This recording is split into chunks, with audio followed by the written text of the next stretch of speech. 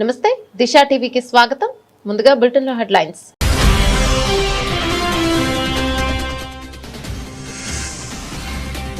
Asia cup లో పాకీపై బెబ్బులిలా గర్జించిన Bharat. Captain Suryakumar అజయ్య innings తో team India ఘన విజయం.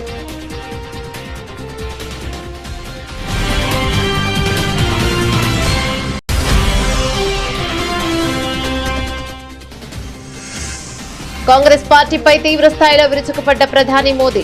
జాతీయ ప్రయోజనాలను పరంగా పెట్టి పాకిస్తాన్ కు మద్దతిచ్చిందన్న ప్రధాని.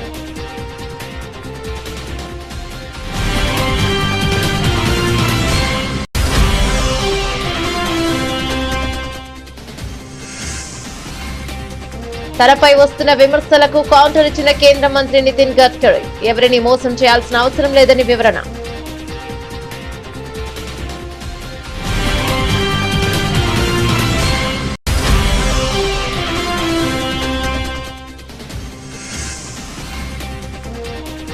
షాప్ల ముందు కొత్త బోర్డులు పెట్టాల్సిందే. జీఎస్టీ తగ్గింపుపై కేంద్రం కీలక ఆదేశాలు.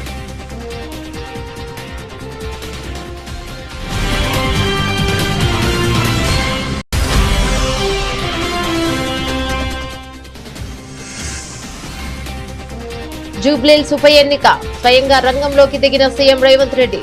కాంగ్రెస్ గెలిపే లక్ష్యంగా పనిచేయాలని పార్టీ నేతలకు ఆదేశం.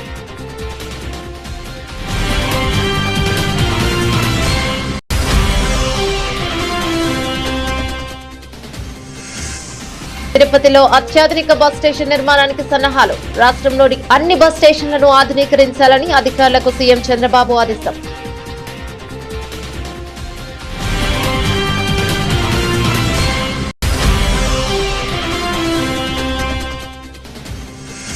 ఎన్నిటికైనా హైదరాబాద్ ప్రజల కష్టాల కోసం పోరాడేది బీఆర్ఎస్ పార్టీ మాత్రమే.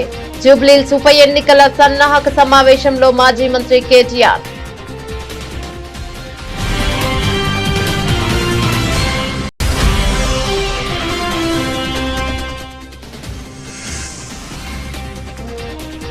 శాంతి భద్రతలను పరీక్షించాలని మాట్లాడే అర్హతే చంద్రబాబుకు లేదు. తీవ్ర స్థాయిలో ధ్వజమెత్తిన మాజీ ఎమ్మెల్యే టీజేఆర్ సుధాకర్ బాబు.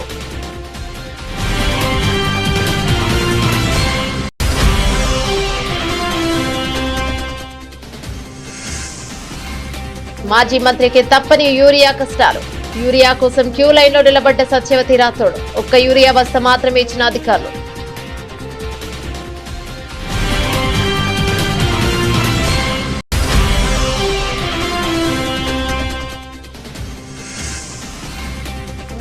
ప్రమాదంలో సింగరేణి మనుగడ. సంస్థపై కేంద్ర రాష్ట్ర ప్రభుత్వాల విపక్ష చూపిస్తున్నాయంటూ మాజీ మంత్రి కొప్పుల ఈశ్వర్ ఆగ్రహం.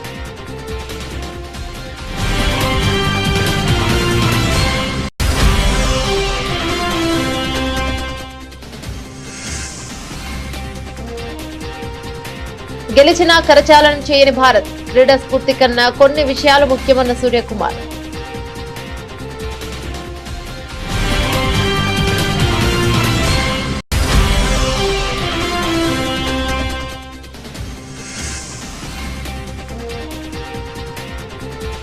స్టాక్ మార్కెట్ ట్రేడింగ్ షురూ. ఫ్లాట్ గా సూచీలు.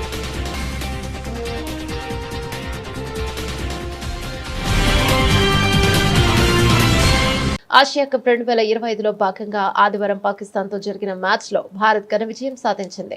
ఈ మ్యాచ్ లో పాకిస్తాన్ నిర్దేశించిన 128 పరుగుల లక్ష్యాన్ని భారత్ కేవలం 15.5 ఓవర్లలోనే ఛేదించి సునాయాస విజయాన్ని అందుకుంది.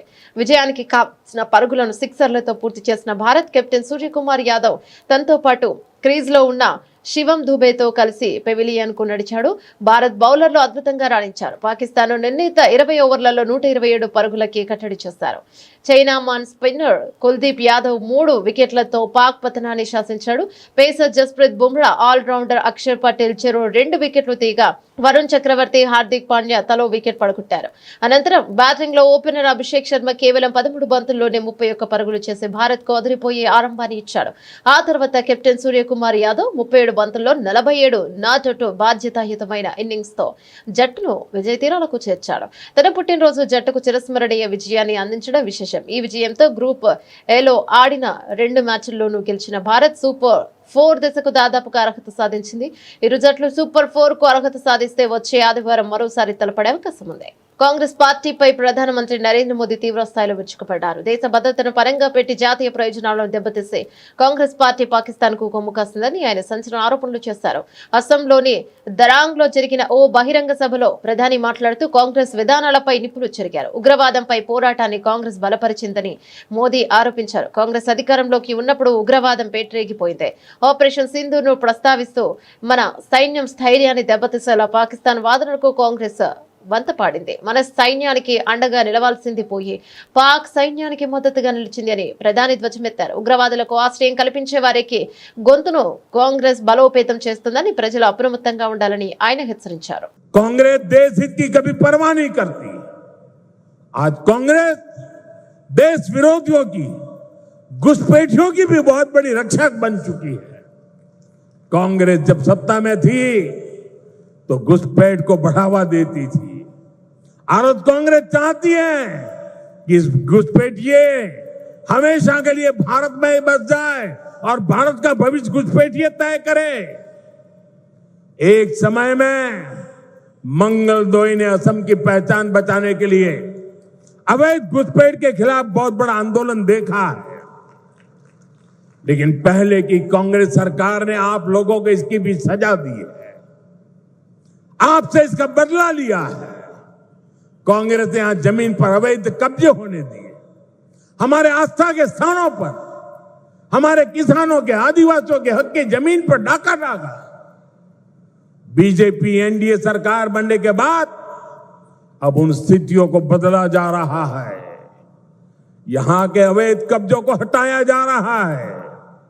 हेमंता जी के नेतृत्व में असम में लाखों बीघा जमीन घुसपैठियों से मुक्त की जा चुकी है. दरांग जिले में भी बहुत बड़ी जमीन से कब्जा हटाया गया है. यहां गोरूखुंटी इलाके में कांग्रेस के समय घुसपैठियों का कब्जा था. आज वो जमीन वापस ले जा चुकी है. अब वहां किसानों के लिए गोरूखुंटी कृषि परियोजना चल रही है. वहां के नौजवान अब कृषि सैनिक बनकर खेती कर रहे हैं. सरसों, मक्का, उड़द, तिल, कद्दू सब कुछ वही उग रहा है. यानी जो जमीन कभी घुसपैठियों के कब्जे में थी, आज वही जमीन असम के कृषि विकास का नया केंद्र बन गई. తన ఆర్థిక స్థితిగతులపై వస్తున్న విమర్శలకు కేంద్ర రవాణా శాఖ మంత్రి నితిన్ గడ్కరీ గట్టిగా బదులిచ్చారు. నాకు డబ్బుకు గొడవలేదు. నా మెదడులో 200 కోట్ల విలువైన ఆలోచనలు ఉన్నాయి. నేను మోసం చేయకుండానే సంపాదిస్తున్నాను అని ఆయన స్పష్టం చేశారు. నాగ్పూర్ లో జరిగిన ఒక కార్యక్రమంలో గడ్కరీ మాట్లాడుతూ తనకు నెలకు 200 కోట్ల ఆదాయం వస్తోందని చెప్పారు. ఎవరిని మోసం చేయాల్సిన అవసరం నాకు లేదు. నా వ్యాపారాలు నిజాయితీతో నడుస్తున్నాయని స్పష్టం చేశారు. తన కుమారులు వ్యాపారాల్లో ఉన్నప్పటికీ తాను వారికి కేవలం సలహాదారుడిగా మాత్రమే ఉన్నానని ఆయన తెలిపారు. ఇది పెట్రోల్ లాబీల కుట్ర. రాజకీయంగా నన్ను లక్ష్యంగా చేసుకుని పెయిడ్ సోషల్ మీడియా ప్రచారం చేస్తున్నారు. సుప్రీంకోర్టు కూడా ఈ 20పై దాఖలైన పిల్ను తిరస్కరించింది అని ఆయన గుర్తు చేశారు. వినియోగదారులకు భారీ ఊరట కల్పిస్తూ కేంద్ర ప్రభుత్వం కీలక నిర్ణయం తీసుకుంది. 350కి పైగా వస్తువులపై జీఎస్టీని గణనీయంగా తగ్గించినట్లు కేంద్ర ఆర్థిక మంత్రి నిర్మలా సీతారామన్ ప్రకటించారు. ఈ తగ్గింపు ప్రయోజనాలు ప్రజలకు పూర్తిగా చేరేలా చూడటానికి ఇకపై ప్రతి దుకాణంలోనూ కొత్త పన్ను రేట్ల వివరాలతో కూడిన బోర్డును తప్పనిసరిగా ప్రదర్శించాలని ఆమె స్పష్టం చేశారు. చెన్నైలో జరిగిన వికసిత్ భారత్ దిశగా పన్నుల సంస్కరణలు అనే సదస్సులో నిర్మలా సీతారామన్ ముఖ్య అతిథిగా పాల్గొన్నారు. సందర్భంగా ఆమె మాట్లాడుతూ దేశవ్యాప్తంగా తగ్గిన జీఎస్టీ రేట్లు ఈ నెల 22వ తేదీ నుంచి అమల్లోకి వస్తాయని తెలిపారు. ప్రధానమంత్రి నరేంద్ర మోదీ ప్రజా సంక్షేమాన్ని దృష్టిలో ఉంచుకుని నిర్ణయం తీసుకున్నారని, దీనివల్ల అనేక వస్తువుల ధరలు దిగివస్తాయని అన్నారు. அதனாலதான் சொல்றோம், இந்த மாதிரி 99% of all the goods in 12% have come to 5. 12%ல இப்ப வரைக்கும் இருந்தது 99%. அதுல 1% தான் 18க்கு போயிருக்கு, மீதி எல்லாம் 5க்கு வந்துருச்சு, குறைஞ்சிருச்சு. ஸோ 12 எடுத்துட்டோம்னா 99% 5 கொண்டு போயிட்டு மீதி 1% 18 எடுத்துட்டு போயிருக்கோம். அதே மாதிரி 28% டாக்ஸ்ல இருந்து எத்தனை ஐட்டம்ஸ் கீழே வந்திருக்குன்றத கூட எடுத்து விளக்கி சொல்றோம். 28 இனிமே இல்ல. 28ல இருந்த சில ஐட்டம்ஸ்க்கு மேல காம்பன்சேஷன் செஸ்ஸும் போட்ட போது அந்த ஐட்டம்ல 53%, 88% வரைக்கும் கூட போயிட்டு இருந்தது. அதை நம்ம சின் குட்ஸ் அப்படின்னு முன்னாடி சொல்லிட்டு இருந்தாங்க, டிமெரிட் குட்ஸ். அது கம்ப்ளீட்டா 40-50 தாண்டி கூட வரி போயிட்டு இருந்தது. ஸோ இது சின்ன விளக்கம் உங்களுக்கு இது பிக்சர்ல சொல்றோம்.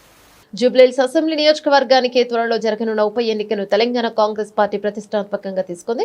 ఈ నేపథ్యంలో ముఖ్యమంత్రి రేవంత్ రెడ్డి స్వయంగా రంగంలోకి దిగి పార్టీ గెలుపు వ్యూహాలపై దృష్టి సారించారు. ఉప ఎన్నికలో కాంగ్రెస్ అభ్యర్థి విజయం కోసం అనుసరించాల్సిన ప్రణాళికలపై ఆయన పార్టీ ముఖ్య నేతలతో కీలక సమావేశం నిర్వహించారు.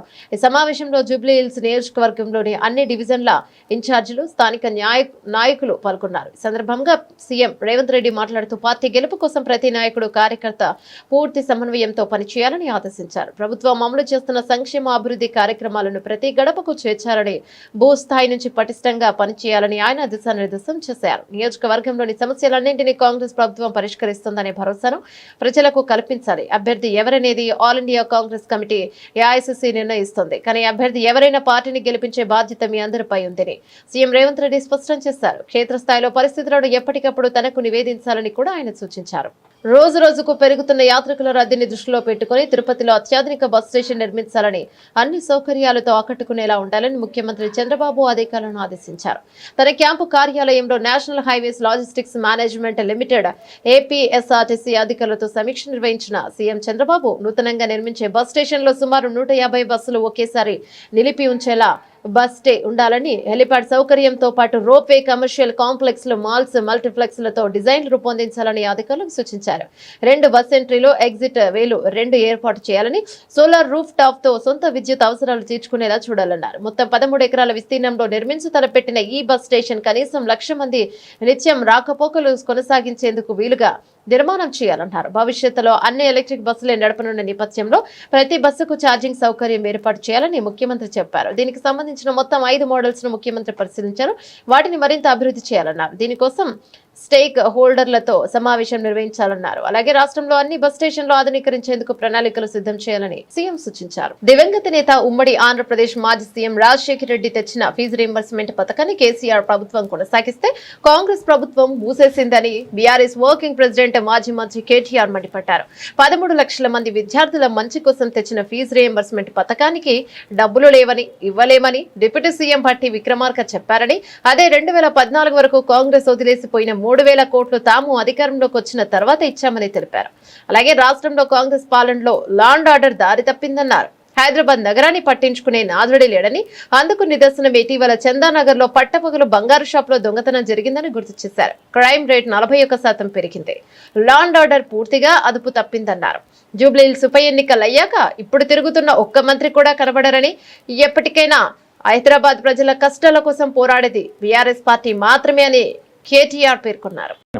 నిన్న వీళ్ళు ఏమంటారు ఎరికైనా కాంగ్రెస్ వాళ్ళు, డిప్యూటీ సీఎం, ఏ డిప్యూటీ సీఎం అయితే మాట ఇచ్చిండో మాకు తెలుసు, 100 సంవత్సరాల పార్టీ, 120 సంవత్సరాల పార్టీ, రాష్ట్రాన్ని ఎట్లా నడపాలో మాకు తెలిసినట్టు ఎవరికి తెలియదు అని చెప్పిన పెద్ద మనిషి నిన్న చెప్తున్నాడు, మీకు ఫీజు రీయింబర్స్మెంట్ ఇచ్చినందుకు మాకు అక్కడ పైసలు లేవట విద్యార్థులకు. అంటే ఎంత అన్యాయం అంటే 13 లక్షల మంది విద్యార్థులు, ఒక్కరు కాదు, ఇద్దరు కాదు, 13 లక్షల మంది విద్యార్థులకు ఇలా శటగోపం పెడుతున్నది కాంగ్రెస్ పార్టీ. వాళ్ళు సర్టిఫికెట్లు తీసుకోలేకుండా కాలేజీలకి వెళ్ళి వాళ్ళని ఆగం చేస్తున్నది కాంగ్రెస్ పార్టీ. ముస్లింలు కావచ్చు, ఎస్సీలు కావచ్చు, ఎస్టీలు కావచ్చు, బీసీలు కావచ్చు, లేదా అగ్రవర్ణాల్లో ఉండే పేదలు కావచ్చు, బాగుండాలే, చదువుకోవాలనే ఉద్దేశంతో ఒక మంచి పథకం ఆనాడు రాజశేఖర రెడ్డి గారు పెడితే దాన్ని కొనసాగించింది కేసీఆర్ గారి ప్రభుత్వం. మనం ఎన్నడూ వివక్ష చూపెట్టలేదు. చంద్రబాబు నాయుడు గారు ఏమన్నా మంచి పథకం తెచ్చింటే దాన్ని కూడా కొనసాగించినాం. రాజశేఖర రెడ్డి గారు ఏమైనా తెచ్చింటే దాన్ని కొనసాగించినాం. రోషయ్య గారు ఏమైనా తెచ్చింటే దాన్ని కొనసాగించినాం. అట్లాగే కిరణ్ కుమార్ రెడ్డి ఏమైనా మంచి పని చేస్తే దాన్ని కూడా కొనసాగించినాం. తర్వాత మన పథకాలు మనం తెచ్చి చందానగర్లో మొన్న పొద్దున పూట, మనకి ఎక్కువ దూరం కూడా కాదు, 4-5 కిలోమీటర్ల అవతల చందానగర్లో పొద్దున పూట బంగారం షాప్ మీద పడి దొంగలు తుపాకులు పట్టుకొని ఆయనతో దోసుకొని పోయారు. చూసిరా టీవీలలో లేదా? ఇలా పట్టించుకుంటూ లేడు హైదరాబాద్లో, భయం లేదు, భక్తి లేదు. ఎందుకంటే వీళ్ళే దోసుకోవట్రు, దండుపాలెం బ్యాచ్ లెక్క వీళ్ళే మోపోయింది. ఇక వాళ్ళకు ఇంకోటి దొంగ ఎందుకు భయపడతాడు? చిన్న దొంగ పెద్ద దొంగ, చిన్న దొంగలు పెద్ద దొంగకు భయపడతారా? అందుకే ఇవాళ డే లైట్ మర్డర్స్ అవుతున్నాయి. క్రైమ్ రేట్ 41% పెరిగింది. సీసీ కెమెరాలు పనిచేస్తలేవు, ఆఖరికి గల్లీలో పెట్టిన లైట్లు పనిచేస్తలేవు, బుగ్గలు పనిచేస్తలేవు, కింద పొక్కలు పడితే పొక్కలు ఊడ్చేటోడు కూడా లేడు, పట్టించుకున్నోడు లేడు. వీళ్ళట జూబ్లీహిల్స్లో మాగంటి గోపీనాథ్ ఆశయాలు మేము కొనసాగిస్తాం, మేము ఇది చేస్తాం అది చేస్తాం అన్న చెప్పింది, సుధీర్ అన్న చెప్పింది కరెక్ట్. రేపు తెల్లారి ఎలక్షన్ అయిపోయిన తెల్లారి నవంబర్ మాసం తర్వాత ఇవాళ మీ ఇండ్ల చుట్టూ తిరుగుతున్న ఈ కాంగ్రెస్ నాయకులు ఒక్కడంటే ఒక్కడు మళ్ళీ అడ్రస్ కూడా లేకుండా వారిపోతారు, ఫోన్ నెంబర్లు కూడా మార్చుకుంటారు. ఇది జరగకపోతే నన్ను పట్టుకోవాలని చెప్పి నేను కోరుతా ఉన్నా. ఒక్క మనిషి కూడా మళ్ళీ కనబడాడు. మళ్ళా చివరికి మిగిలేది గిదే గులాబీ కండువా, గిదే గులాబీ దండు, గిదే టీఆర్ఎస్ సైన్యం కేసీఆర్, సైన్యం కేసీఆర్ బలగం తప్ప ఎవరు కూడా మిగిలరు, కనబడరు. మళ్ళా హైదరాబాద్ ప్రజలతోని మళ్ళా కలిసిమెలిసి ఉండేది, మళ్ళా కొట్లాడేది, సమస్యల పరిష్కారానికి ముంగట పడేది మన పార్టీ తప్ప వాళ్ళతో కాదు. కాంగ్రెస్ వాళ్ళు వచ్చినాక ఒక్క ఇల్లు కట్టిరా హైదరాబాద్లో? కట్టిరా? నాకు తెలియకుండా నన్ను సీక్రెట్ కట్టిరే. ఒక్క ఇల్లు కట్టలేదు కానీ ఎన్ని ఇల్లు గులగొట్టిరు చూడురు మీరు. ఒక్కసారి ఆ వీడియోలు చూడురు. మూసీలో గులగొట్టిరు, ఏడబడతాడపోయి ఇష్టం వచ్చినట్టు గరీబోళ్ళ ఇల్లు గులగొట్టిరు. కేసీఆర్ ఉన్నప్పుడేమో 1,00,000 మందికి పట్టాలు ఇచ్చిండు కేసీఆర్. జీవో నెంబర్ 58, 59 కింద గరీబోళ్ళు తెలుసో తెలియకనో ఎక్కడన్నా ఒక గుడిసెనో ఒక చిన్న రేకుల షెడ్ వేసుకుంటే వాళ్ళందరికీ గ్యారంటీ ఉండాలని చెప్పి 1,00,000 మందికి పట్టాలు ఇచ్చిన నాయకుడు కేసీఆర్ గారు. అదే ఈ రేవంత్ రెడ్డి ప్రభుత్వం వచ్చినాక తప్పకుండా నాకు తెలిసి కొన్ని వేల ఇండ్లు కులగొట్టిరు, కొన్ని వేల ఇండ్లు హైదరాబాద్లో కులగొట్టింది రేవంత్ రెడ్డి ప్రభుత్వం. ఇందిరమ్మ రాజ్యం అంటే ఇండ్లు కులగొట్టుడా? ఇందిరమ్మ రాజ్యం అంటే గరీబోని ఇల్లు లేకుండా చేసి ఆఖరికి వాళ్ళ పిల్లలు ఇంట్లోకి వెళ్ళి వాటర్ బాటిల్ తీసుకుంటాం, బ్యాగు తీసుకుంటాం అంటే కూడా మెడలు పట్టి నూకి అవతల వారేసి తీసుకోలేకున్న అవకాశం లేకుండా చేసి వాళ్ళని నిలగొట్టుడు ఇందిరమ్మ రాజ్యమా? గరీబోళ్ళకు వ్యతిరేకంగా ఉండే ఇందిరమ్మ రాజ్యమా? ఈ మాట మనం చర్చలో పెట్టాలి. మీరిగిన పొరపాటున కాంగ్రెస్కి ఓటేస్తే మీ ఇల్లు మీరు గూలగొట్టమని లైసెన్స్ ఇచ్చినట్టే అవుతుంది. మరి మీ ఇష్టం. హైడ్రా వస్తుంది, బుల్డోజర్ వస్తుంది, మీ ఇల్లు గూలగొడుతుంది. ఆ తర్వాత మీరు ఎడవద్దు, మమ్మల్ని అడగద్దు అనే మాట బరాబర్ చెప్పాలి. తప్పకుండా యాద్ చేయాలి ఈ మాట. ముఖ్యమంత్రిగా చంద్రబాబు మాట్లాడే మాటలకు అర్థాలే వేరుగా ఉంటాయని వైఎస్ఆర్సీపీ ఎస్సీ సెల్ అధ్యక్షుడు మాజీ ఎమ్మెల్యే టీజేఆర్ సుధాకర్ బాబు మండిపడ్డారు. తాడేపల్లి వైఎస్ఆర్సీపీ కేంద్ర కార్యాలయంలో మీడియాతో మాట్లాడుతూ జిల్లా ఎస్పీలతో సీఎంగా చంద్రబాబు నిర్వహించిన సమావేశంలో శాంతి భద్రతలను పటిష్టంగా కాపాడేందుకు పోలీసులు పనిచేయాలని ఆదేశించినట్లు ఎల్లో మీడియాలో వార్తలు రాయించుకుంటున్నారని అన్నారు.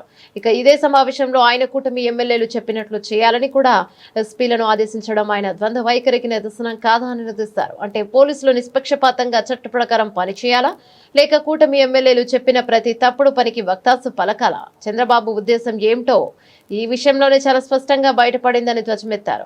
చంద్రబాబు పాలనలో కులచిచ్చులు, రాజకీయ కక్ష సాధింపు సర్వసాధారణంగా మారాయని, రెడ్ బుక్ తో రాష్ట్రంలోని అరాచకం సృష్టిస్తున్న ఆయనకు శాంతి భద్రతల పరిరక్షణ అనే మాట మాట్లాడే అర్హత లేదని ఆగ్రహాన్ని వ్యక్తం చేశారు. నారా చంద్రబాబు నాయుడు గారు ముఖ్యమంత్రి స్థానంలో కూర్చొని పరిపాలించే రోజులలోనే ఈ రాష్ట్రంలో అశాంతి నెలకొంటుంది, ఈ రాష్ట్రంలో కులవాదం వస్తుంది, ఈ రాష్ట్రంలో ప్రాంతీయ తత్వం వస్తుంది, ఈ రాష్ట్రంలో ఒక కులం మీదకి ఇంకొక కులం రెచ్చిపోతుంది.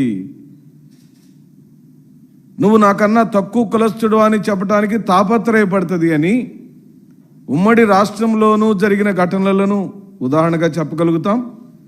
మీరు చేయించిన హత్యలకు సంబంధించిన ఉదాహరణలు చెప్పగలుగుతాం.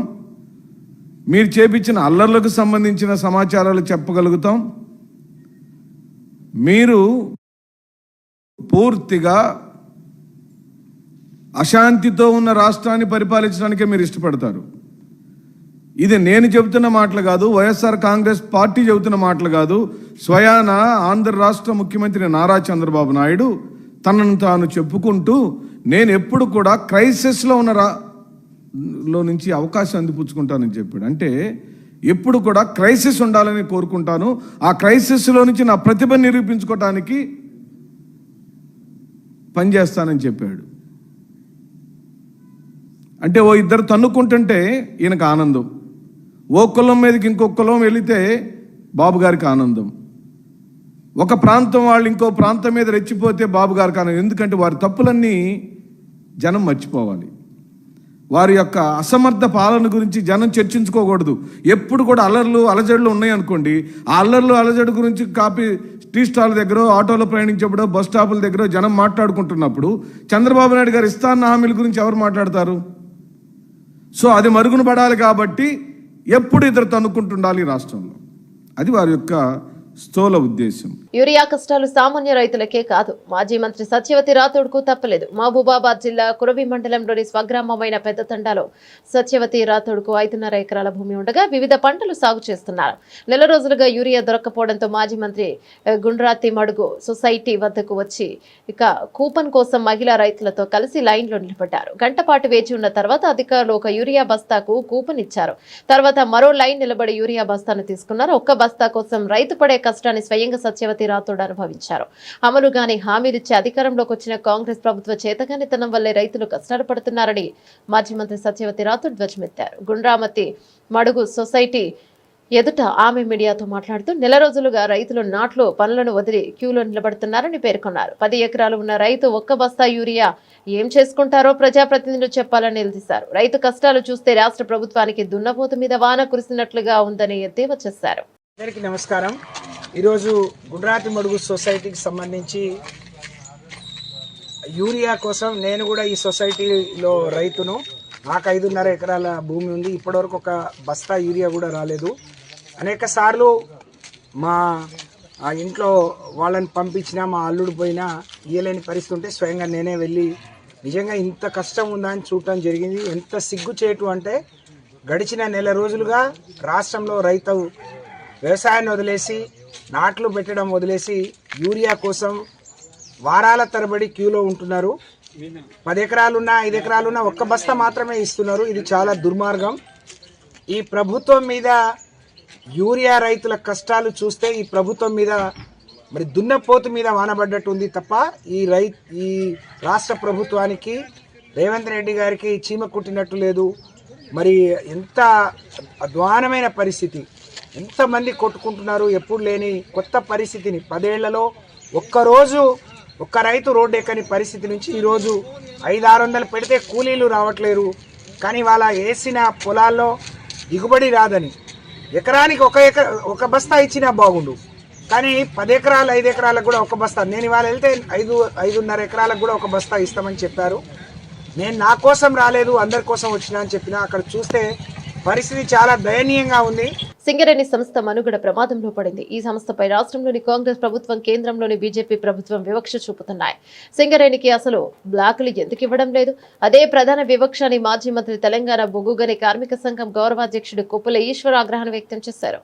హైదరాబాద్ తెలంగాణ భవన్లో ఆయన మాజీ ఎమ్మెల్యే పుట్ట మధు, టీజీబీకేఎస్ బొగ్గుగని కార్మిక సంఘం నేత మిరియాల రాజిరెడ్డితో కలిసి మీడియాతో మాట్లాడారు. తెలంగాణపై బీజేపీ, కాంగ్రెస్ నాయకులు కక్షగట్టారని మండిపడ్డారు.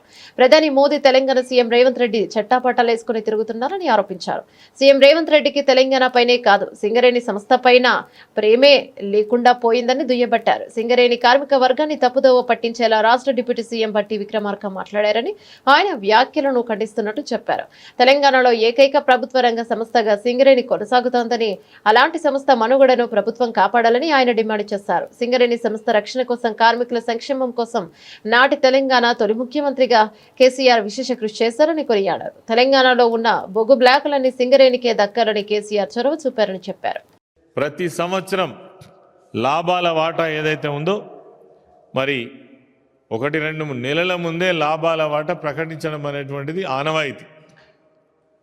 గత సంవత్సరంలో కూడా మీరు మరి 33% లాభాలు ప్రకటించి అభివృద్ధి పేరిట సగం లాభాల నుంచి మినహాయించి 16% మాత్రమే పంపిణీ చేసినటువంటి విషయం కార్మిక వర్గానికి అందరికీ తెలుసు.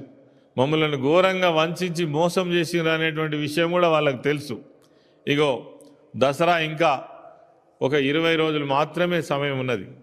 ఇప్పటి వరకు లాభాల వాటా ప్రకటించలేదు. మీరు మాట ఇచ్చిన దాని ప్రకారం ఎవరైతే గెలిచినటువంటి ఏఐటీసీ యూనియన్ ఉన్నదో 35% లాభాల వాటా ఇప్పిస్తామని చెప్పేసి మీరు ఎన్నికల వాగ్దానంలో చెప్పారు. ఇప్పటి వరకు లాభాల వాటా ప్రకటించలేదు. మరి లాభాల వాటా ఎప్పుడు ప్రకటిస్తారు? 30% ఖచ్చితంగా గత సంవత్సరం చేసినట్టుగా అందులో నుంచి రకరకాల పేర్లతోటి దాన్ని మరి మినహాయించి లాభాలు పంపిణీ చేసేటువంటి ప్రయత్నం చేస్తారా? మరొకసారి మోసం చేస్తారా? మేము డిమాండ్ చేస్తున్నాం ఏదైతే ఉందో మీరు ప్రకటించిన దాని ప్రకారమే ఏదైతే సింగరేణి సంస్థ ఈసారి గత సంవత్సరం కంటే ఎక్కువ లాభాలు వచ్చినాయి. దాన్ని త్వరలోనే ప్రకటిస్తామని ఈ మధ్యనే మేము కలిసిన సందర్భంలో C&MD గారు మాకు చెప్పినటువంటి మాట ప్రకారం మరి లాభాలను ప్రకటించి లాభాలలో 35% మరి లాభాల వాటా కార్మికులకు పంపిణీ చేసేటువంటి నిర్ణయం తొందరలో C&MD గారు కావచ్చు, రాష్ట్ర ప్రభుత్వం కావచ్చు తక్షణమే ప్రకటన చేయాలని కూడా మేము ఈ సందర్భంగా డిమాండ్ చేస్తా ఉన్నాం. ఆసియా కప్ 2025లో భాగంగా ఆదివారం జరిగిన భారత్ పాకిస్తాన్ మ్యాచ్ మైదానంలో ఏకపక్షంగా ముగిసిన ఆ తర్వాత జరిగిన పరిణామాలు వివాదాస్పదంగా మారాయి. మ్యాచ్ లో పాక్ ను చిత్తుగా ఓడించిన భారత్ జట్టు అనంతరం అభ్యర్థి ఆటగాళ్లతో కరచాలనం చేయడానికి నిరాకరించింది. దీనిని ఒక ప్రతీకాత్మక నిరసనగా టీమిండియా పేర్కొంది. ఈ పరిణామం ఇరు దేశాల క్రికెట్ వర్గాల్లో తీవ్ర చర్చకు దారితీసింది. పాకిస్తాన్ నిర్దేశించిన 128 పరుగుల స్వల్ప లక్ష్యాన్ని భారత్ జట్టు కేవలం 15.5 ఓవర్లలో 3 వికెట్లు కోల్పోయి 131 పరుగులు చేసి ఛేదించింది. కెప్టెన్ సూర్యకుమార్ యాదవ్, శివం దుబే క్రీజుల్లో ఉండగా మ్యాచ్ ముగిసింది. అయితే విజయం సాధించిన వెంటనే భారత ఆటగాళ్లు ఎవరూ పాక్ ఆటగాళ్లతో కరచాలనం చేయకుండా నేరుగా డ్రెస్సింగ్ రూమ్ కు వెళ్లిపోయారు. ఈ నిరసన టాస్ సమయం నుంచే మొదలైంది. అప్పుడు కూడా సూర్యకుమార్ పాక్ కెప్టెన్ కు షేక్ హ్యాండ్ ఇవ్వలేదు. మ్యాచ్ అనంతరం పాకిస్తాన్ ఆటగాళ్లు భారత డ్రెస్సింగ్ రూమ్ వద్దకు వెళ్లగా సహాయక సిబ్బంది తలుపులు మూసివేసినట్లు సమాచారం. పరిణామాలతో తీవ్ర అసంతృప్తికి గురైన పాకిస్తాన్ కెప్టెన్ సల్మాన్ అలీ అఫ్గా ఇక పోస్ట్ మ్యాచ్ ప్రెజెంటేషన్ కార్యక్రమానికి హాజరు కాలేదు. ఇది మరింత వివాదాన్ని రాజేసింది. వివాదంపై భారత కెప్టెన్ సూర్యకుమార్ యాదవ్ ను ప్రశ్నించగా ఆయన ఒక్క మాటలో తన వైఖరిని స్పష్టం చేశారు. క్రీడా స్ఫూర్తి కన్నా జీవితంలో కొన్ని విషయాలు ముఖ్యమైనవి నేను భావిస్తున్నాను అని వ్యాఖ్యానించాడు. స్టాక్ మార్కెట్ ట్రేడింగ్ సోమవారం ఫ్లాట్ గా ప్రారంభమైంది. సెన్సెక్స్ స్వల్ప నష్టంతో 81,899 వద్ద, నిఫ్టీ 12 పాయింట్స్ కోల్పోయి 25,101 పాయింట్ల వద్ద కదలాడుతోంది. అయితే ఈసారి ప్రామాణిక సూచీలు లాభాలు కొనసాగే అవకాశం ఉందని విశ్లేషకులు అంచనా వేస్తున్నారు. నిఫ్టీ సూచీలో Hero Motor Corp, Bajaj Finance, Bharti Suzuki తదితర షేర్లు లాభాలు ఉన్నాయి. Asian Paints, Shriram Finance share నష్టాల్లో కొనసాగుతున్నాయి. ఈసారి automobile, white goods, health care, cement, hotels రంగాల షేర్లు లాభపడే అవకాశం ఉందని మార్కెట్ వర్గాలు అంచనా వేస్తున్నాయి. మరోవైపు అమెరికా ఫెడరల్ రిజర్వ్ సమావేశం నేపథ్యంలో ఆసియా మార్కెట్ల సూచీలు ఫ్లాట్ గా కొనసాగుతున్నాయి. మదుపర్లు ఆచితూచి అడుగులు వేస్తున్నారు. వడ్డీ రేట్ల కొంత ఉండొచ్చన్న అంచనాలతో జాగ్రత్తగా వ్యవహరిస్తున్నారు. ఇక భారత్ అమెరికా మధ్య వాణిజ్య ఒప్పందంపై మార్కెట్ వర్గాలు భారీ అంచనాలు పెట్టుకున్నాయి. బులెటిన్ ముగించే ముందు హెడ్లైన్స్ మరోసారి.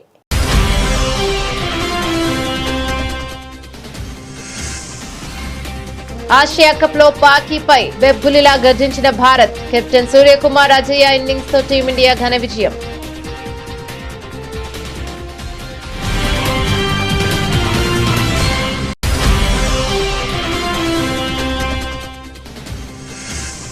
కాంగ్రెస్ పార్టీపై తీవ్ర స్థాయిలో విరుచుకుపడ్డ ప్రధాని మోదీ. జాతీయ ప్రయోజనాలను పరంగా పెట్టి పాకిస్తాన్ కు మద్దతిచ్చిందన్న ప్రధాని.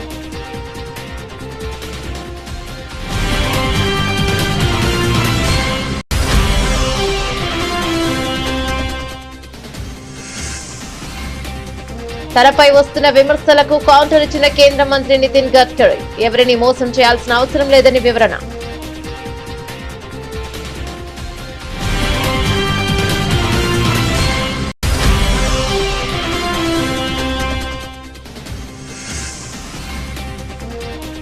షాప్ల ముందు కొత్త బోర్డులు పెట్టాల్సిందే. జీఎస్టీ తగ్గింపుపై కేంద్రం కీలక ఆదేశాలు.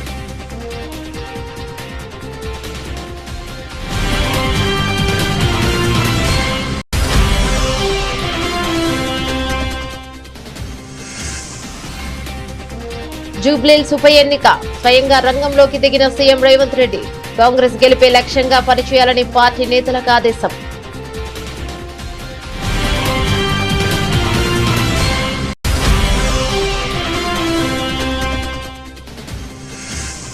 తిరుపతిలో అత్యాధునిక బస్ స్టేషన్ నిర్మాణానికి సన్నాహాలు. రాష్ట్రంలోని అన్ని బస్ స్టేషన్లను ఆధునీకరించాలని అధికారులకు సీఎం చంద్రబాబు ఆదేశం.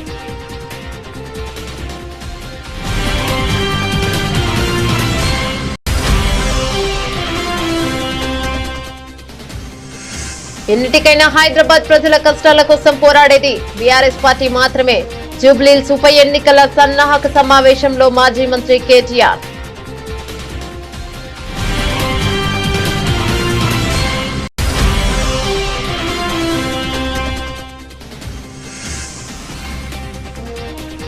శాంతి భద్రతలను పరీక్షించాలని మాట్లాడే అర్హతే చంద్రబాబుకు లేదు. తీవ్ర స్థాయిలో ధ్వజమెత్తిన మాజీ ఎమ్మెల్యే టీజేఆర్ సుధాకర్ బాబు.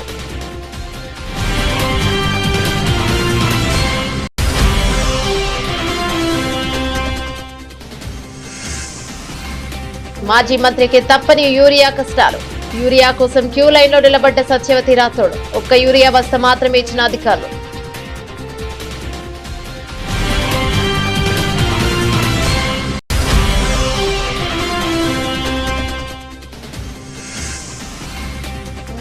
ప్రమాదంలో సింగరేణి మనుగడ. సంస్థపై కేంద్ర రాష్ట్ర ప్రభుత్వాల విపక్ష చూపిస్తున్నాయంటూ మాజీ మంత్రి కొప్పుల ఈశ్వర్ ఆగ్రహం.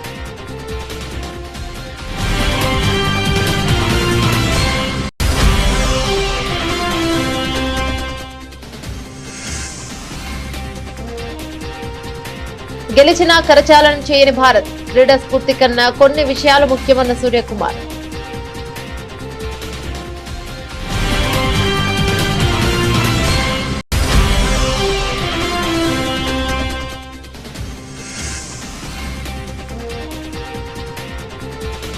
స్టాక్ మార్కెట్ ట్రేడింగ్ షురూ. ఫ్లాట్ గా సూచీలు.